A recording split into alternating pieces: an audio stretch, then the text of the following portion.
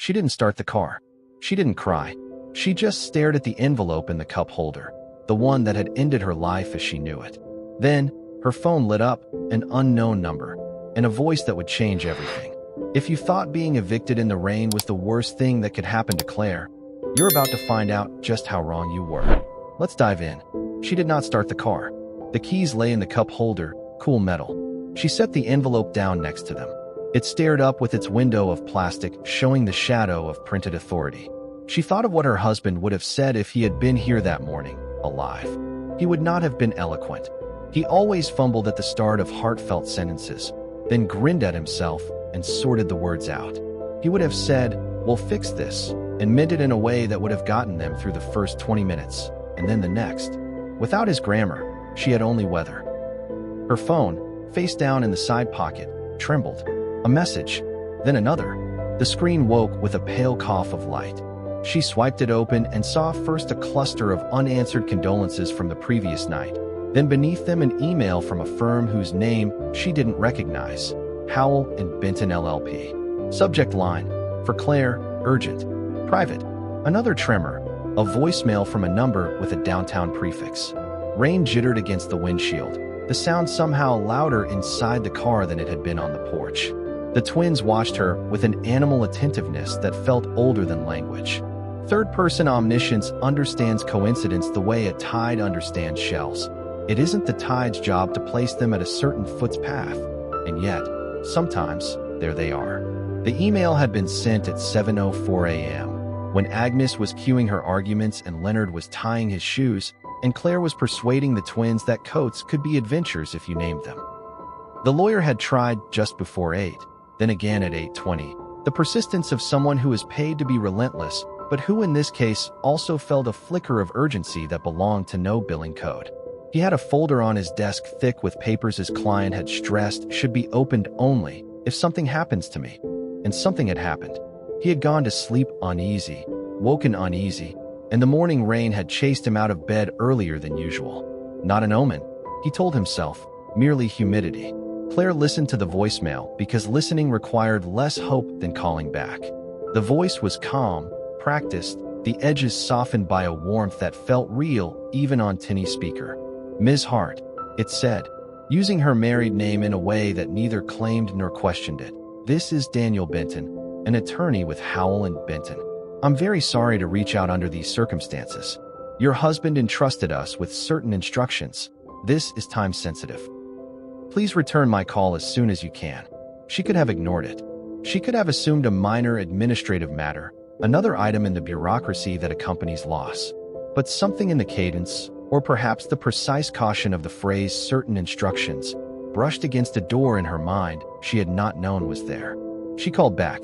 The phone rang once, and then Daniel answered, as if he had been pacing beside it. Ms. Hart, he said again, voice slightly brighter with relief. Thank you. I won't keep you long. Are you in a place where you can talk? She glanced in the rearview mirror at the twins. Their eyes were large, pupils taking up much of the iris in this gray light. I'm in the car, she said. I can talk. And then, before she could stop herself, I've just been evicted. The words fell out and spun on the floor mats, ridiculous and enormous. A brief silence hummed through the line. I see. The lawyer said, and meant it more than he said. Papers on his desk rearranged themselves in his mind. Then it's important I tell you what I'm calling about.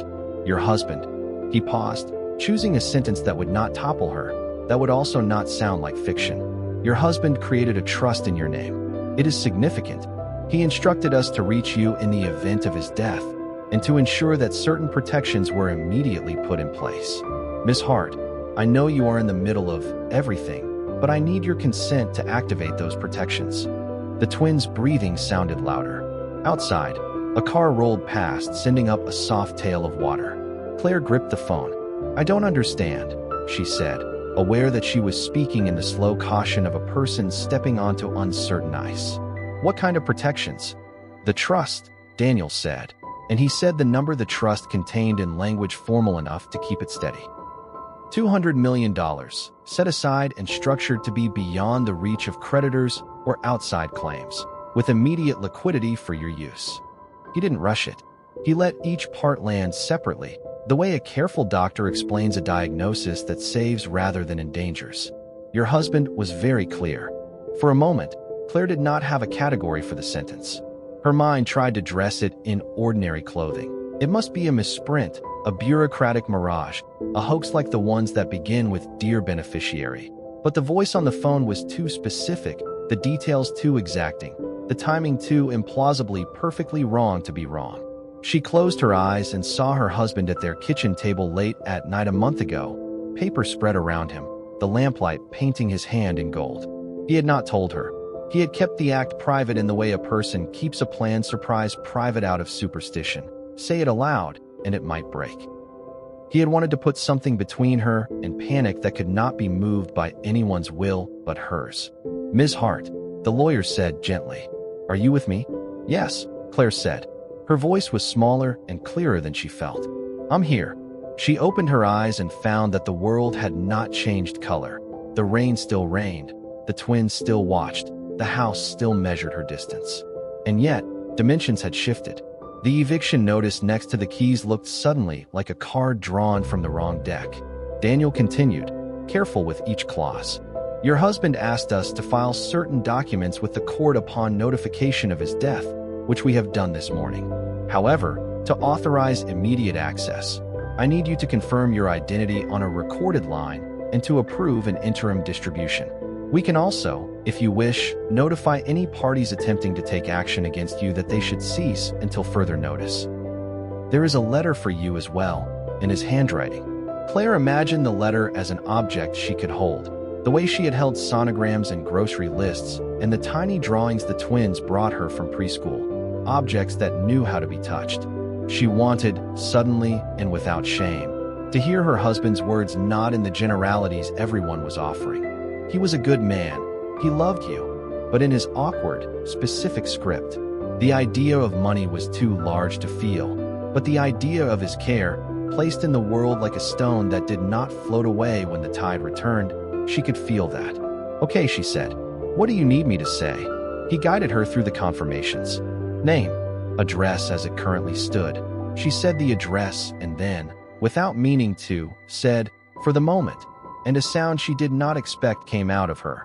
Not bitterness, not laughter, not a sob, but something like the body's acknowledgement of a bruise.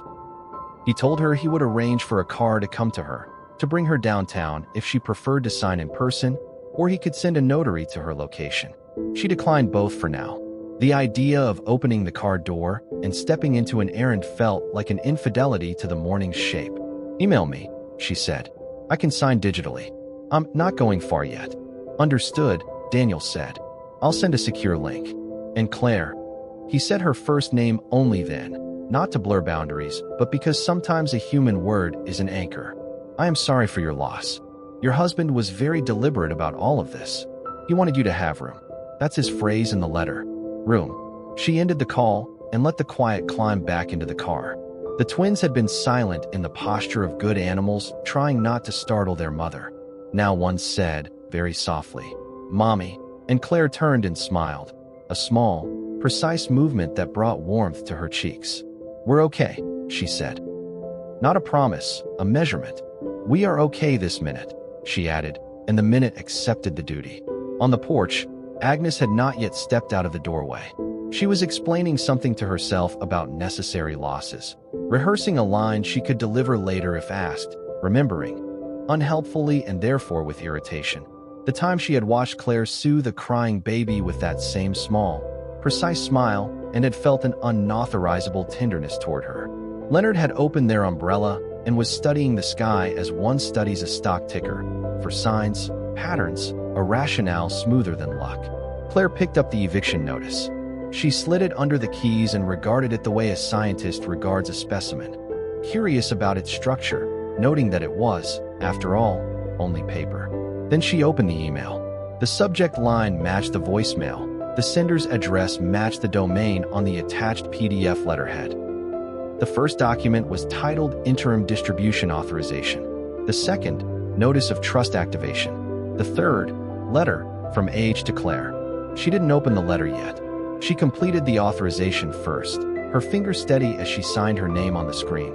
The font it produced was a smooth, digital script that resembled no one's handwriting and everyone's.